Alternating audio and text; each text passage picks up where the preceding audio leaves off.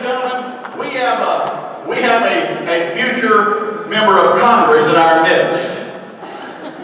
There are 6 people who would like to be, who are vying for that position. We're going to hear from each and every one of them tonight, give you a chance to help make your decision. And I'm excited about the everyone that's here. There are 756 people RSVP that they're coming to this event tonight. That's amazing. There are, as you know the story, that when we put out, we were hoping that the first room we had rented would work, and it filled up in 48 hours. So we had to double the size of the room. We couldn't go any less than double, but we're proud for everyone that's here and everyone that'll join us. Ladies and gentlemen, I will introduce to you 2 very professional folks who we have moderating and asking questions of our candidates tonight. They are Mr. Randy Evans, the national committee man for the Georgia Republican Party and Republican extraordinaire. He needs no introduction.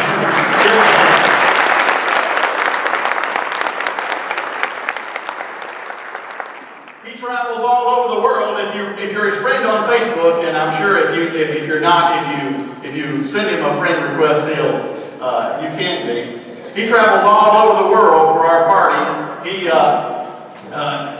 and especially all over America. And I know he's been working on the details for the debates, for the presidential debates in 2016 in the last week or so. But we are proud that he's a resident of the 11th District and also takes care of business here at home. Thank you, Randy, and we're glad to have you.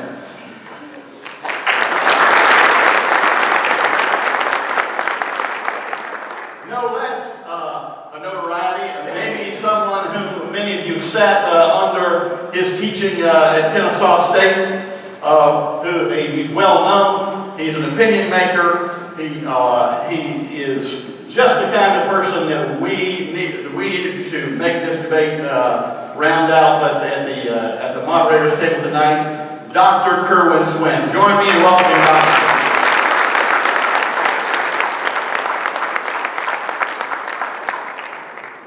And from now, we'll see our candidates and we'll begin to hear from them.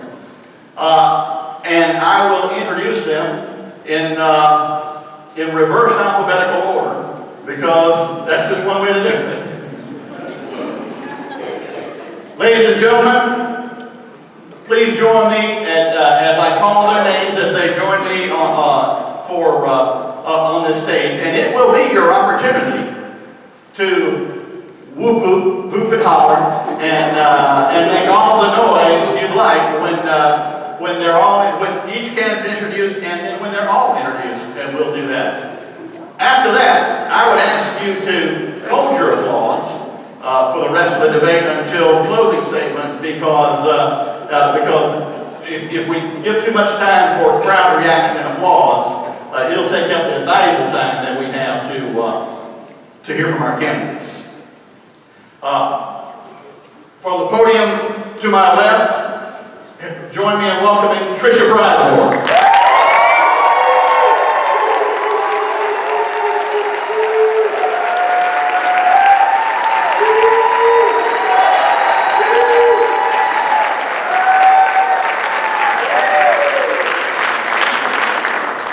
At the next podium, join me in welcoming Colonel Mrozinski.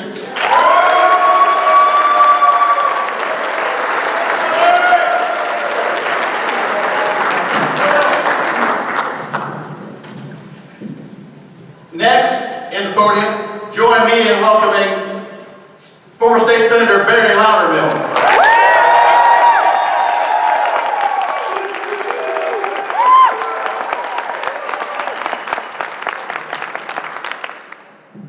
Next, join me in welcoming State Representative Lindsey.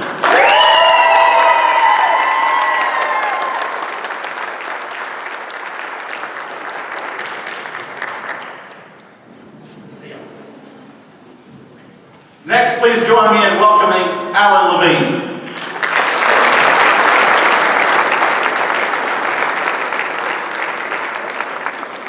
And finally, to the podium to my right, join me in welcoming former Congressman Bob Barr.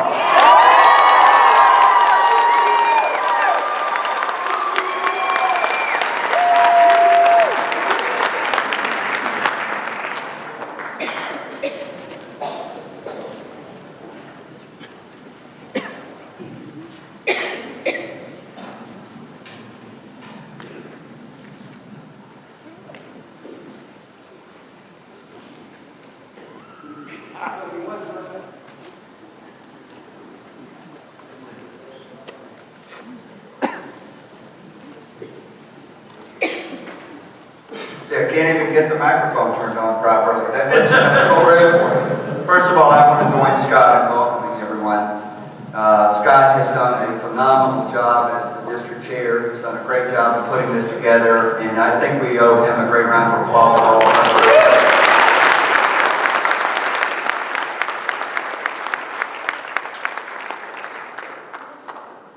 And I could tell you that having traveled the country, as many of you know, that there is no finer group of candidates for Congress than the group that you have before you, and we are indeed quite fortunate that one of them will become our representative in the United States House.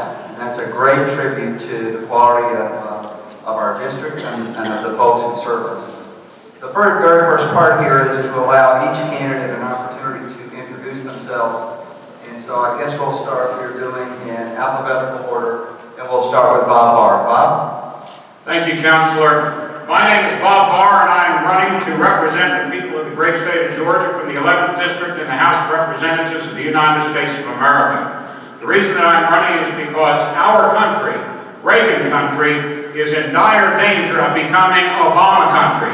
And I vow and am committed to do absolutely everything in my power in the arena in Congress where I've served previously to make sure that that never, ever happens. Now, there are a lot of folks here this evening and 5 other great candidates here on the podium with me. None of us in this room are the enemy. The enemy is in Washington. The enemy is those that we know. Harry Reid, Nancy Pelosi, Barack Obama. They are the enemy, along with faceless bureaucrats all across this country, and we must do everything within our power to stop them in their tracks. Now, that is not to say that there are not differences. There are differences among the candidates here this evening. This is essentially a campaign between the want-to-dos and the have-done.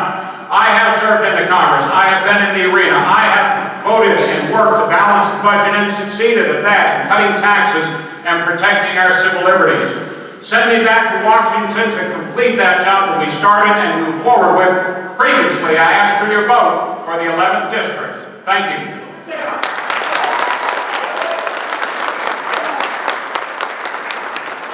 Ladies and gentlemen, I am Allan Levene. I'm running for the 11th District, House of Representatives. I'm a naturalized, as you can hear. I'm a naturalized American citizen since 1975. The reason that I'm running for Congress is I see a massive dollar failure in about 4 years. Every time I see this flag here, it sends a shiver down my spine. I love this country, and I would not see it fail.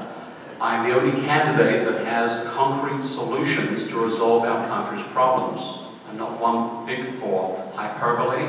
I'm big on providing solutions. I'm in the IT business. I've been in the IT business for about 30 years.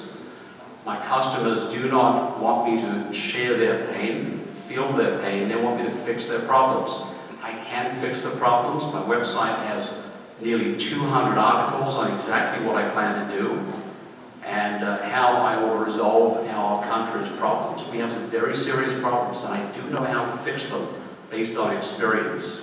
So please visit my website, AllanLeveneForCongress.com, and I look forward to this debate. And I thank you so much for being here. Thank you.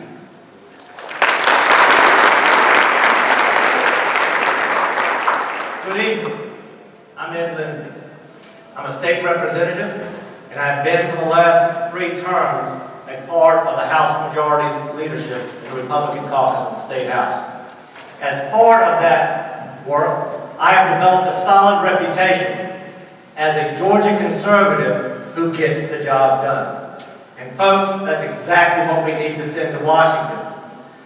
In addition to that, and probably even more importantly, I'm a father and a husband. My wife, Elizabeth here, and I have been blessed with 3 sons, Harmon, Charlie, and Zach.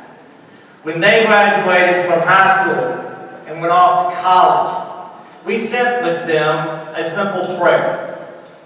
The prayer was this: may you always remember that behind you is a family that loves you. Beside you is a God that will guide you. And before you are adventures and dangers that will amaze you. This simple prayer, in a nutshell, is what I'm all about.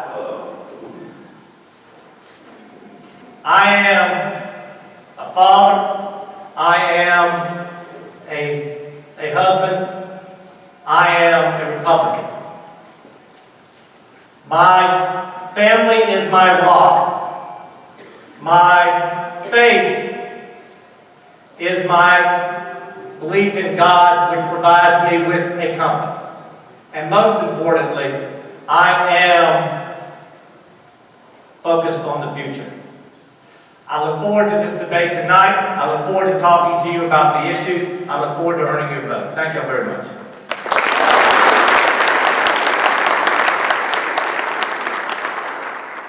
Good evening, I'm Loudermilk, and first let me thank you for being here. The fact that you're here tonight shows you care about our nation and our children's future. You know, I was born and raised not very far from where we're standing here tonight, but after I graduated high school, I took a job as a laborer with a construction company in Alaska. And while I was in Alaska, I also volunteered at a local church, ministering to underprivileged children. And while I was working in that ministry, I met a beautiful young lady by the name of Desiree. And just a couple months ago, we celebrated our 31st wedding anniversary. You know, after I finished working in Alaska, I followed in the footsteps of my father, who was served in the Army in World War II, and my brother, who served in Vietnam, and I joined the Air Force. And after 8 years of military service, I moved back to Georgia, where I started my own small business, which I've been running for the last 20 years. Today we have 3 beautiful children that we're extremely proud of, and we're especially proud that our oldest son and our daughter-in-law are giving us our first grandchild, which is due about the time of the election. You know, America has some serious challenges ahead of us. Challenges that are brought by big government, an overwhelming debt, and continual attacks upon our liberties, our freedoms, and the basic principles of faith, family, and freedom. But I know we can take America back, because I believe in American exceptionalism. I believe that we not only can take America back, we must take America back. The only reason I'm running for Congress is because our children and grandchildren deserve better than what we're passing on to them. God bless you.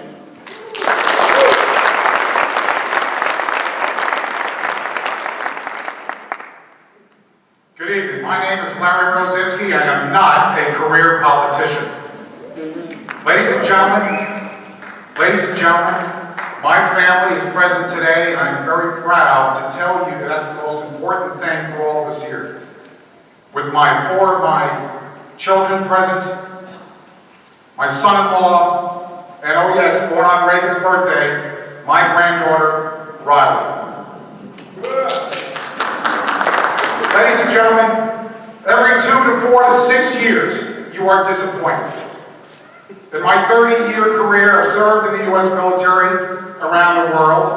I've served in the U.S. State Department, familiar with foreign policy, and I'm familiar with why we want to keep America strong, because I've seen it all. We will keep America strong. We will do that together.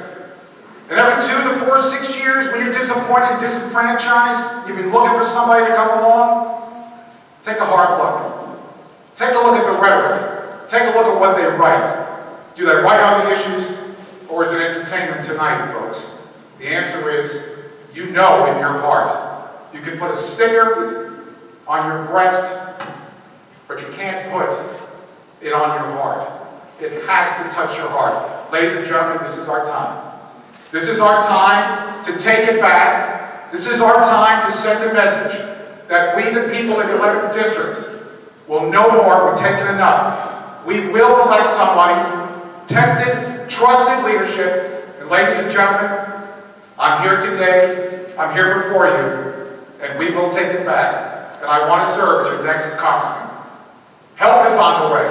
Thank you.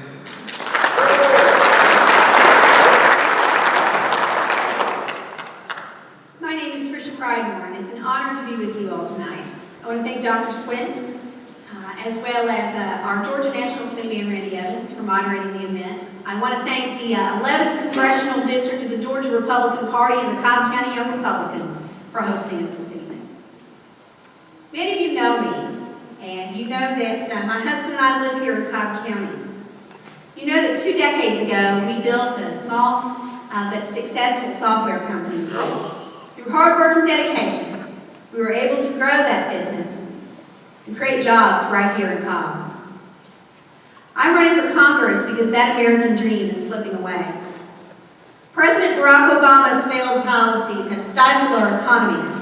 It's damaged our optimism. And this federal government has put up bureaucratic roadblocks to block our success. All the while, government spending continues to spiral out of control. Small businesses suffer, and economic growth is halted.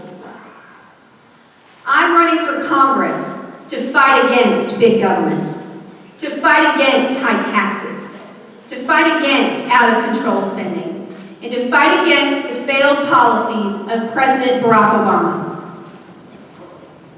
See, America is bigger than any one president. We can recover. We will rebound stronger. See, I'm fighting for free markets. I'm fighting for individual liberty. I'm fighting for American ideals. But most importantly, I'm fighting for you. Thank you. Thank you.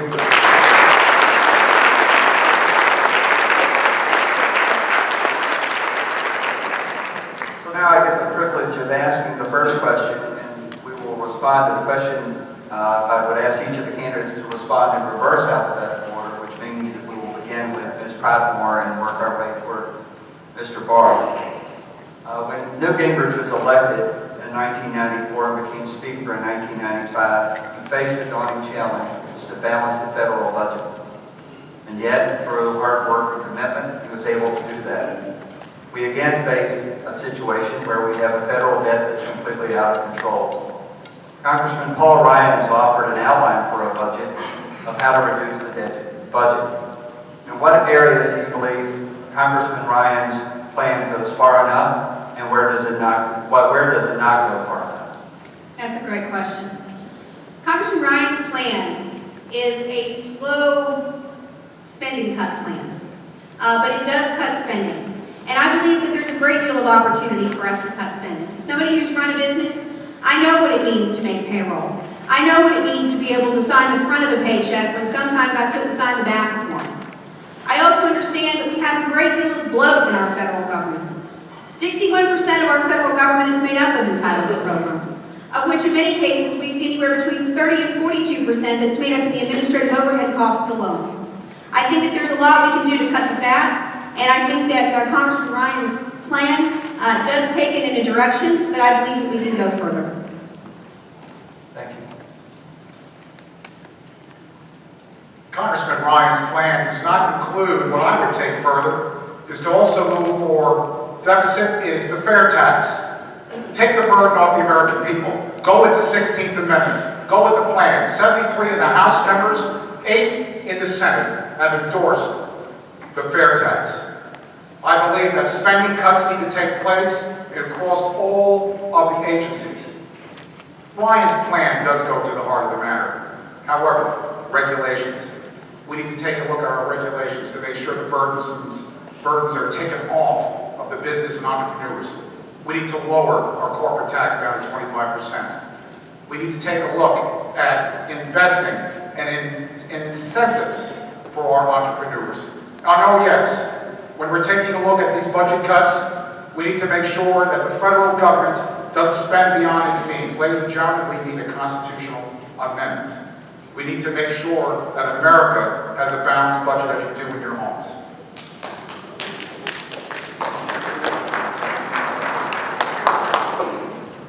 You know, I applaud Representative Ryan for what he's doing with the budget. It is clear that he is trying to make going the right direction of a balanced budget. However, history has proven that Congress, when it's left to itself, will not cut its own way of spending money or cut its own power. So we must have a constitutional amendment for a balanced budget. Now, he has a 10-year plan to get to a balanced budget, but it isn't real cuts in spending. It's cuts in the increases of spending, as we've seen so much. Now, if we have stability in the economy, then you can decrease the increase of spending because the GDP will catch up with you. But Congress has made no plans that the policies they've been passing have actually been hurting our economy. We have to bring confidence back into the economy. Some of the things that I think we need to be more aggressive in the cuts is cutting in some of the subsidies. The farm bill that was recently passed had very little to do with farming. It was mostly an increase in the food stamp program. You know, I grew up in a very low-income area south of Atlanta, and I had several friends that their families were on food stamps and welfare. And I remember that when my friends would tell me that, the parents would get upset because they were embarrassed. They were on it because it was a temporary solution. When we now advertise, come and get your food stamps, that's a problem with our society that has to be changed. But Congress is going to have to be more aggressive, and we're going to have to force a balanced budget amendment.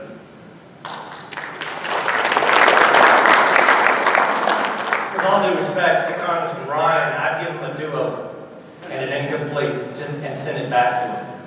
The plan does not reduce or cut federal spending. It cuts the rate of increase in the federal spending. By contrast, those of us here in Georgia, and I've been in that room making those difficult cuts over the last 5 years.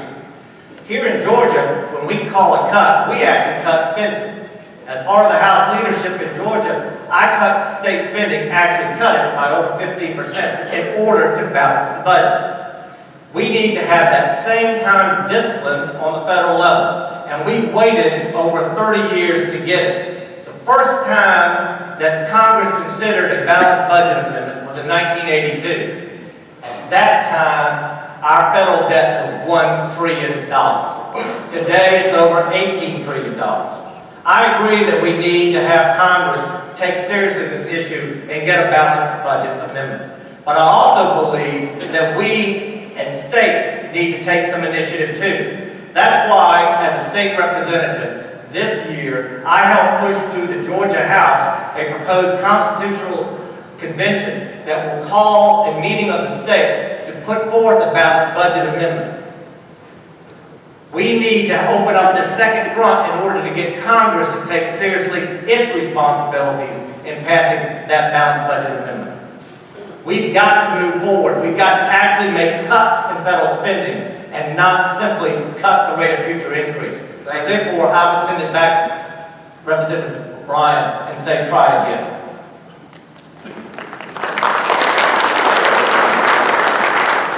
The problem in Washington is that they're insane.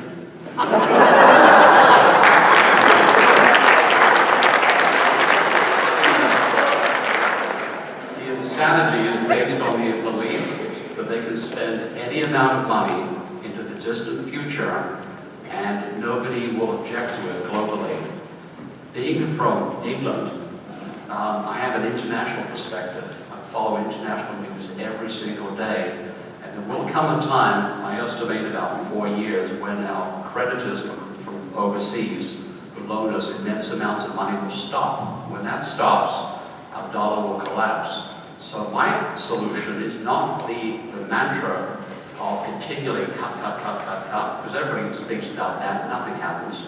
As you know, it's just hyperbole, it's just talking points.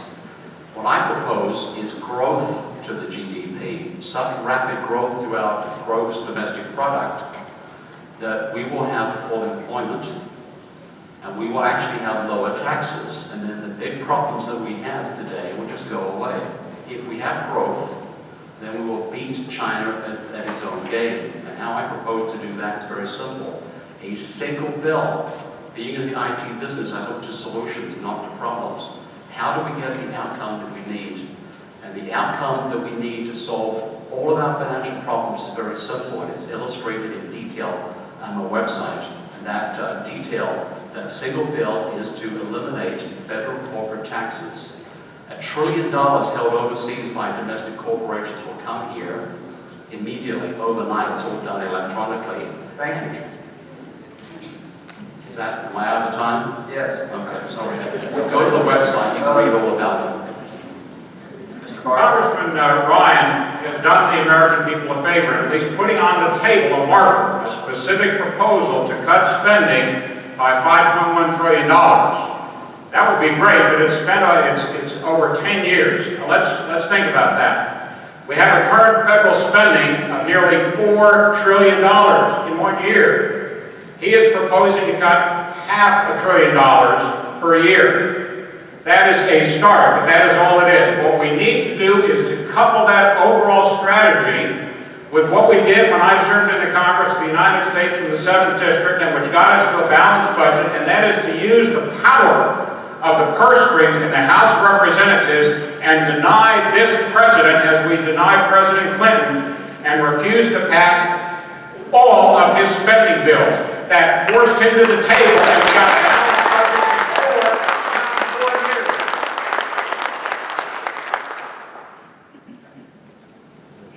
So I think now we have a Twitter question.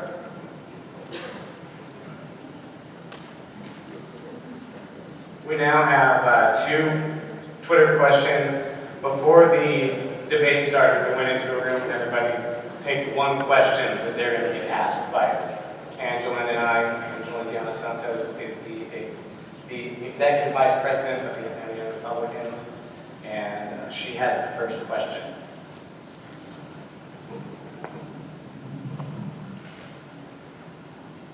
Okay, this question is for Barry Loudermilk, and it is from @Keith Hanks, who I believe is over there. Wave, Keith.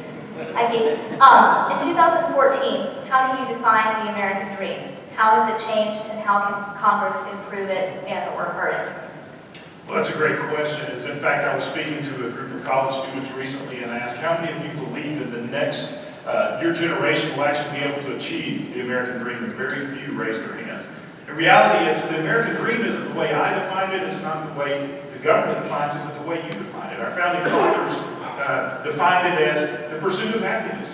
The government exists to protect your right to pursue happiness. Unfortunately, our government now has transitioned from a government of the people to a government over the people, and it tries to control everything we do. In fact, I saw recently someone campaigning for office said, Washington is out of control, and I disagree, because they control our health care. They control our guns, they control our education, they control virtually every aspect of our lives, but they can't even seem to control their own checkbook. So what we need is less. Less Washington, less government, let the people define what is the American dream for them and allow them to achieve it. Thank you for the question, it was all over. All right, great. The next question is for Colonel Mrozinski. It is from @Chris Polera. How do you deal with border security, the 14 million illegal aliens already here, and still embrace the Hispanic community? #Hispanic Republican. Well, Chris, that is a great question, and if you read ColonelLarry.com, every week I write an article, I wrote extensively, also the Fulton County Republican Party on this very question. For our border, we need to fix the double layer 2006 and fence and make it permanent. Amnesty, no amnesty whatsoever. The message goes out as clear. You come to America, you come here through a proper immigration service. It's 5 to 7 years on average. Those that are here, they make sure that we have them verified. Those who are in our country, who are 18 to 26 males, follow our laws, you will register for the Selective Service Draft. Oh yes, you have been hidden in that fact that we, the people, you come here to the United States, you help us defend. But the Hispanic community, I say, you are very welcome. You are welcome. Verify, come out of the shadows, be part of the American dream, be part of the American ethic, and contribute to the American Social Security and Medicare system, as all of those do. Because as we give in America, we also expect responsibility of those who give back. So you're all welcome, all of us, we're all from immigrants except for Indians. and I would tell you that we will get this Thank you. situation under control. All right, I have the honor of asking the next question. And I think we start with Mr. Pridemore. Work our way down. I know you can't see me, but I'm down here, I promise. And my question is about everyone's favorite subject, and that is taxes. We love them, right? I looked at all of your web pages, and all of you talk about tax reform, and I think most of you talk specifically about the fair tax. And conservatives talk a lot about the fair tax. It's a big issue. But realistically, it's not going anywhere. It's not moving in Congress. It's not getting any traction. In fact, a lot of independent analysts have looked at the fair tax, like at the University of Virginia. There was a study from Money Magazine that raised serious questions about the implementation of the fair tax and about its future. So that being the case, is it time to admit the fair tax is maybe not all it's cracked up to be and move on to more fertile areas of tax reform? That's an excellent question, Dr. Swint. For starters, the American Tax Code is 74,000 pages long. It's 185 times bigger than it was when the 16th Amendment was adopted so many years ago. This is preposterous for us to continue this way. It completely flies in the face of any type of logic of how we can be able to spend more time growing our businesses, managing our finances, and helping to support our families. Isn't that bad?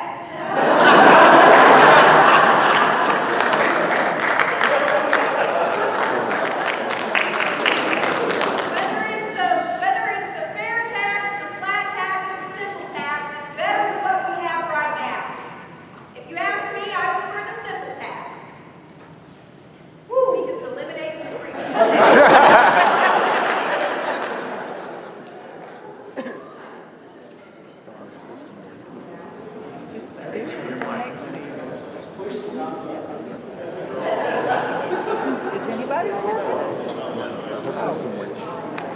Plug it back in!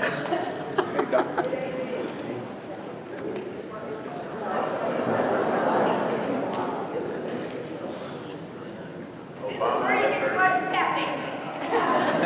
Chris Polari, you got the walkie-talkie. We got help on the way.